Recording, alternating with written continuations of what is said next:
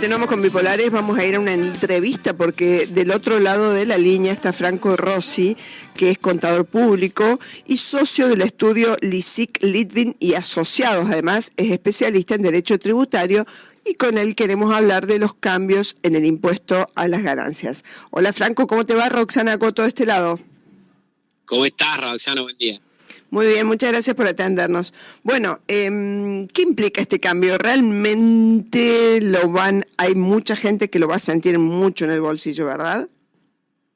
Bueno, a ver, primero que esto es la reglamentación de lo que se terminó votando en la ley base.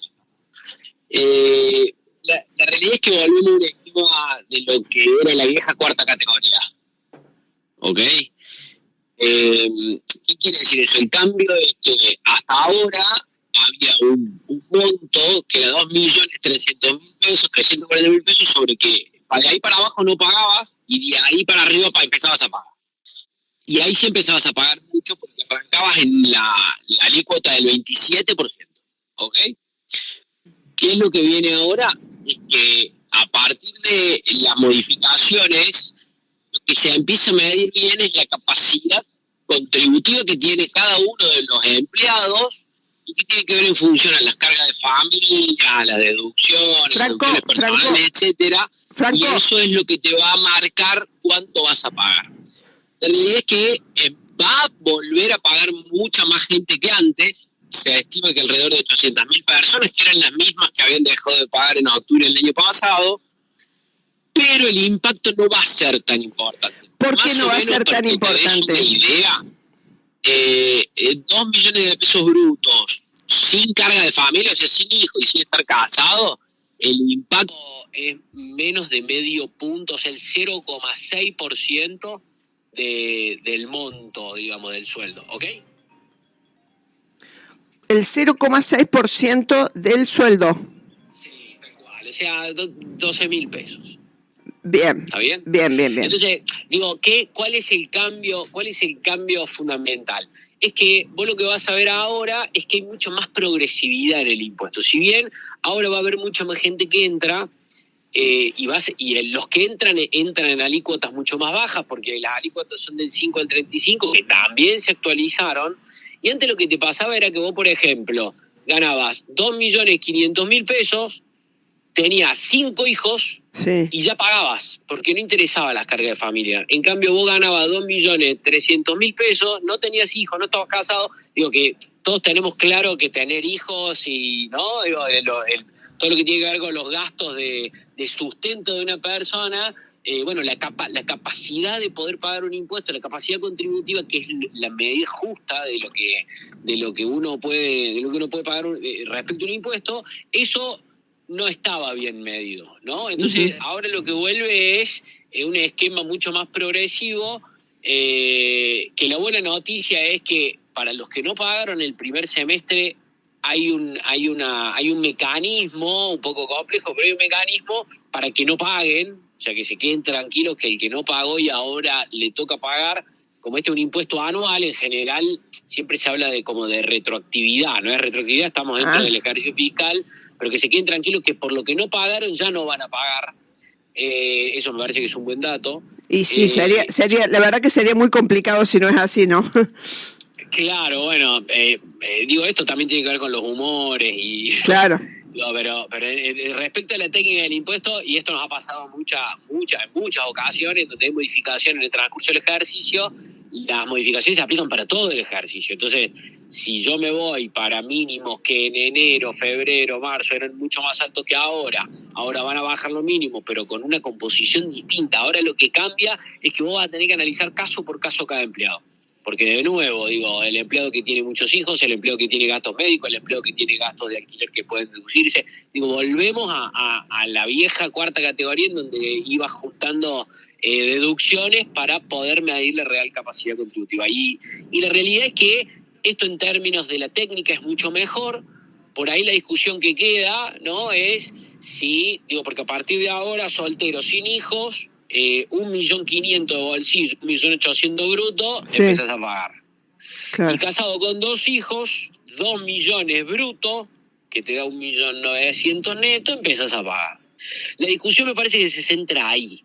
Este siempre fue un impuesto por allá a principios de los 2000 o en los 90, en donde los trabajadores comunes no lo conocían, ¿no? Lo pagaba, este impuesto de la cuarta categoría lo pagaban los ejecutivos, déjame decirlo así, ¿no? O sea, claro, quienes tenían sueldos importantes. Entonces, y después, ¿qué es lo que fue pasando? Como no se fueron actualizando las escalas, no se fueron actualizando las deducciones personales, etcétera, lo que pasó es que se popularizó, claro, ¿no? Entonces, y esto es una historia larga, ya venimos se popularizó y además cualquiera por ganar lo que ganara empezaba pagando el 35%, las escalas no tenían relación tampoco. No, era tal cual, era una locura, un despropósito. Entonces digo, la principal característica o onda que tiene que tener este impuesto, el impuesto a la ganancia, es la progresividad. ¿Qué quiere decir? Que el que más gana, más paga. Claro. Y acá estábamos todos en la misma alícuota, ¿no? Entonces, en ese sentido, digo, el cambio es positivo de la técnica. El desafío me parece que tiene, bueno, el gobierno, y que esto además tiene que ser modificado por ley, etcétera, etcétera, es que es de a poco empezar a acomodar esos mínimos para que queden en sueldos, en donde resulte razonable empezar a pagar este impuesto. Otra cosa importante, en septiembre se van a actualizar las escalas y los montos de las deducciones personales por IPC de manera especial en septiembre, con la inflación de julio y agosto, y a partir del 2025, todos los eneros y todos los julios va a haber una actualización de las escalas también por IPC. Que ese es un buen dato, digo, que la inflación, que es lo que por ahí no se condice muchas veces, o por lo menos lo que pasó en los últimos años largos, la inflación corrió mucho más rápido que lo que fueron los aumentos de sueldo. Sí. Entonces por ahí, bueno, la inflación le golpea más la capacidad contributiva que en medida del incremento promedio de salarial, ¿no? Esa actualización de escalas quiere decir de que a partir de enero van a empezar a pagar el impuesto a las ganancias a aquellos que ganen más del 1.800.000 actual. Ponelo como si fuera todo el 1.800.000 actual actualizado por inflación. Bien, perfecto. Sin modificar las características personales de cada uno, porque si en el medio tenés un hijo, ahí vas a tener más margen, ¿me entendés? O sea, en verdad tenés menos margen, pero tenemos margen en el impuesto a las ganancias. Claro, sí es verdad, tenés menos margen por otro lado. Claro, tal cual, sí. Bien. La deducción por hijo siempre queda poca, esa es la realidad. Franco, una pregunta, ¿ya hay gremios o sectores que están hablando de judicializar este tema del regreso del impuesto a las ganancias? ¿Qué crees que puede pasar con eso? ¿Es viable que se pueda judicializar? Si es esto sale mediante ley aprobada por el Congreso, ¿verdad? Sí, mira, las leyes aprobadas por el Congreso lo único que no pueden hacer es violar derechos constitucionales, ¿no? Por ejemplo, impuesto a las ganancias para empresas donde no se aplicaba ajuste por inflación, se habla de confiscatoriedad, ¿no? Es un principio, es una ley votada por el Congreso, pero de la forma en la que se votó, el impuesto se volvió confiscatorio por la forma de cálculo, ¿no? Claro. Y eso la Corte le dio la razón a los contribuyentes. Ahora, en materia tributaria, salvo muy honrosas excepciones, y casos muy particulares, y acá me meto en un terreno que no es el mío, tendríamos que llamar a alguno de los socios de contencioso del estudio. No existen las demandas de clase en materia tributaria. En materia tributaria uno tiene que ir caso por caso, presentarse, claro, y que el juez y toda la cadena de etapas judiciales, primera instancia, Cámara y Corte, le den la razón al contribuyente respecto de por qué cree que la ley es inconstitucional, ¿no?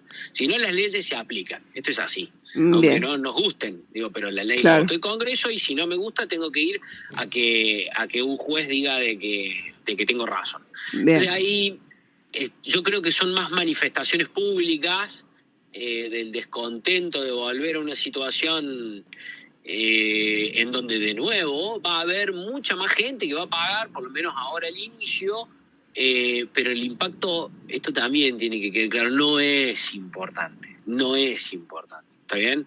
Ajá. Entonces, no creo que tengan algún éxito en materia judicial. Las medidas cautelares en materia tributaria son muy difíciles de conseguir. Ujú. Y entonces digo, mirando un poco el panorama, diría, y esto tiene que ver con una historia de los bienes jurídicos tutelados, no quiero aburrirte, pero decir, che, que se presente un gremio, una asociación, alguien y diga, che, me parece que no nos gusta, por el solo hecho que no nos gusta, no le veo yo al menos mucho éxito en sede judicial. Bien, perfecto, perfecto. ¿Y tenés así en mente algunos datos, 2 o 3 ejemplos más o menos de ganando alrededor de 2 millones, o si gano 3 millones, más o menos cuánto pago en ganancias? ¿Cuánto voy a tener que pagar? Ya sé Bueno, que cada caso es particular, ¿no? ¿Qué? No, la verdad es que los tengo, pero en este momento estoy en el auto, así que no te los puedo. Bien, no te los acordás. Sí, me agarraste a mitad del camino llegando a la oficina, pero mirá, déjame rápido.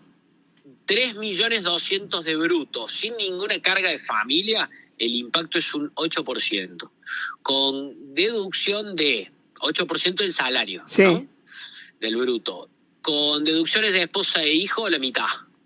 Ajá. Te lo estoy cantando de memoria, Sí. Si me equivoco, sepan disculparme. No, está bien, está bien. Y después si a eso le agregás servicio doméstico, que puede ser que para ese monto de salario puedas llegar a tener servicio doméstico contratado en la casa y el tope de la deducción es de 3 millones y un poquito más, casi 90.000 pesos por año, eso te daba casi 2-3%. Con lo cual, de vuelta, sí, es verdad, el que no venía pagando impuestos no le va a gustar, a nadie le gusta pagar impuestos. Sí. Con lo cual, ahí estamos todos de acuerdo, ¿no? Sí.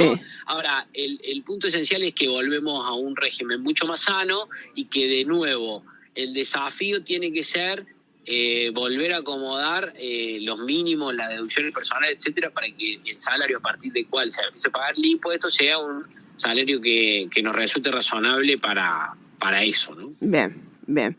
Y además, otro dato es que vos lo decías también, dentro de lo feo que son todos los impuestos, este es el más progresivo. Este debería ser el que más nos tiene que gustar. Lo que pasa es que también acá hay un tema, ¿no? Digo, y esto cortito. ¿Qué pasó en octubre del año pasado? En octubre del año pasado, con el nuevo régimen, que parecía que era muy bueno porque dejaban de pagar en 900.000 personas el impuesto, se generó un hueco tremendo en la ya deficitaria hoja del gobierno nacional, ¿no? O sea, se generó un déficit de 1 billón de pesos, 1 billón de pesos de aquel momento. Claro.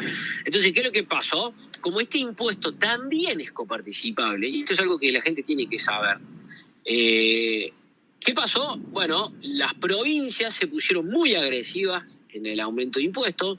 Por ejemplo, provincia de Buenos Aires llegó a aumentar el impuesto inmobiliario casi un 400%. Las municipalidades se pusieron muy creativas cobrando impuestos disfrazados de tasas. Muchos empezaron a cobrar tasa vial. Nosotros en Córdoba somos pioneros, ya la tuvimos en otra época, pero es una tasa que es inconstitucional, ¿no? Porque, claro. No viola casi todos los principios de potestad tributaria que tiene el municipio respecto de cobrar tasas y que son verdaderos impuestos. Entonces, ¿qué es lo que debería empezar a pasar? Es que este impuesto ahora va a recaudar, según lo que se estima, 0,45 del PBI. Sí. Eso se va a empezar a coparticipar. Esto debería... Sí, que bajen los impuestos en los municipios. Bueno, ¿no? ¿Vos lo crees? Bueno. Claro.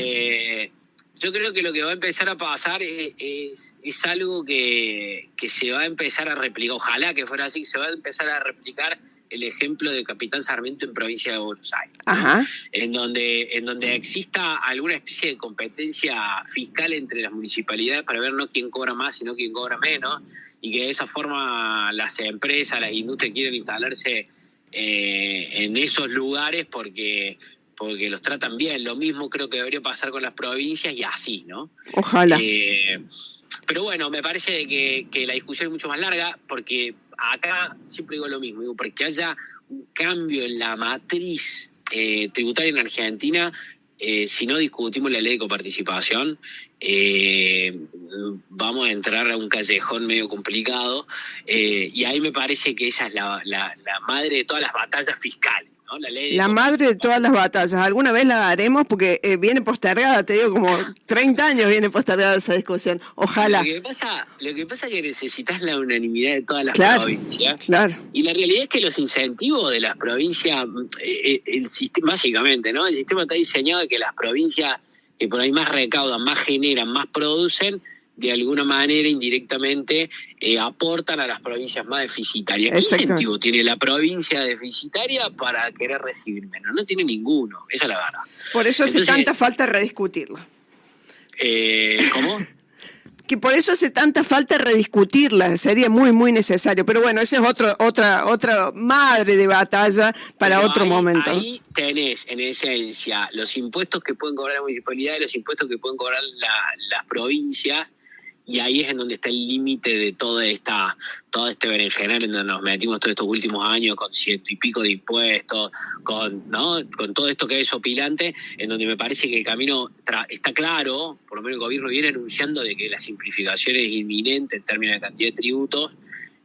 Bueno, nada, estamos esperando los primeros indicios para empezar para que empiece ese camino, ¿no? Para entusiasmarnos. Bueno, Franco, muchísimas gracias por la comunicación, que tengas lindo día. Gracias, igualmente. Hasta luego. Franco Rossi, contador público, socio del estudio LISIC, Litvin y Asociados y especialista en Derecho Tributario.